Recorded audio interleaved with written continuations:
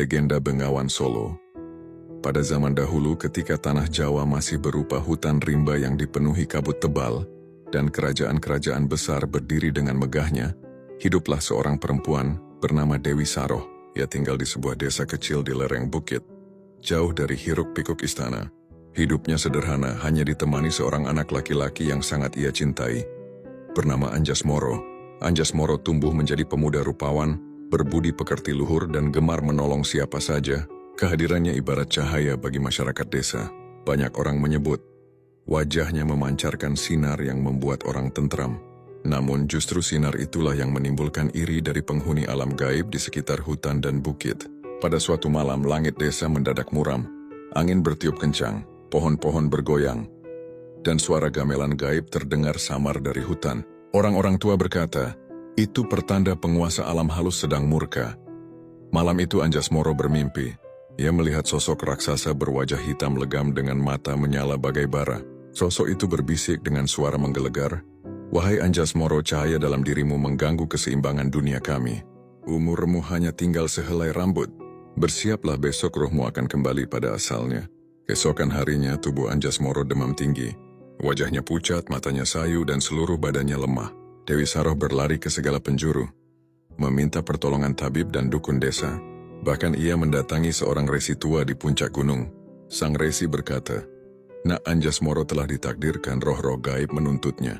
Tidak ada ramuan atau doa yang bisa menahan ajalnya." Pada hari ketiga Anjas Moro menghembuskan napas terakhirnya di pangkuan ibunya. Dewi Saroh menjerit, tubuhnya gemetar, hatinya hancur berkeping-keping. Ia meratap, "Anakku Anjas Moro, mengapa engkau pergi meninggalkan ibu sendiri? Jika para dewa tega mencabutmu, biarlah mereka juga mencabut nyawaku." Namun takdir berkata lain. Anjas Moro telah tiada, sementara Dewi Saroh masih hidup. Dalam kesedihan yang tak terperi, ia duduk di samping pusara anaknya siang dan malam. Tangisnya tak pernah berhenti. Anehnya, air mata Dewi Saroh berubah menjadi aliran bening yang tidak pernah kering.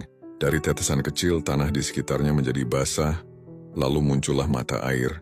Air itu mengalir deras, membentuk parit, lalu sungai kecil, dan lama-lama menjadi aliran besar yang tidak bisa dibendung. Konon pada malam ke-40 setelah kepergian Anjas Moro, Dewi Saroh naik ke puncak bukit dengan rambut terurai, mengenakan kain putih dan membawa dupa. Ia berlutut menghadap langit merapal doa dengan suara parau. "Wahai para dewa penguasa jagat, jika anakku tak bisa kembali, biarlah air mataku menjadi sungai yang abadi. Biarlah kesedihanku memberi kehidupan bagi manusia, agar cintaku pada Anjas Moro tak hilang ditelan waktu." Langit malam bergetar, kilatan cahaya turun dari bintang menyentuh bumi. Sejak itu aliran air mata Dewi Saroh benar-benar menjelma menjadi sungai raksasa yang mengalir dari barat ke timur, membelah hutan, menembus desa, hingga akhirnya sampai ke laut utara Jawa. Sungai itu kelak dikenal dengan nama Bengawan Solo. Orang Jawa kuno percaya kata Bengawan berasal dari gabungan. Beng berarti air, wan berarti karangan bunga. Air sungai yang jernih mengalir bagaikan bunga-bunga yang menyejukkan mata. Karena aliran besar itu melalui tanah Solo, maka ia dinamakan Bengawan Solo. Hingga kini, masyarakat di tepian Bengawan Solo masih percaya bahwa pada malam purnama, terutama bulan Suro, sering terdengar suara tangisan lirih seorang perempuan. Tangisan itu dipercaya sebagai ratapan abadi Dewi Saroh.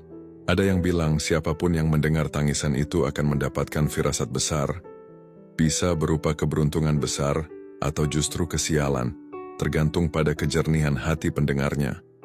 Pesan moral legenda ini mengajarkan, kasih seorang ibu adalah kekuatan yang melampaui batas dunia. Dari kesedihan terdalam, bisa lahir sesuatu yang bermanfaat bagi banyak orang. Air mata seorang ibu menjadi sungai kehidupan, memberi berkah bagi generasi setelahnya.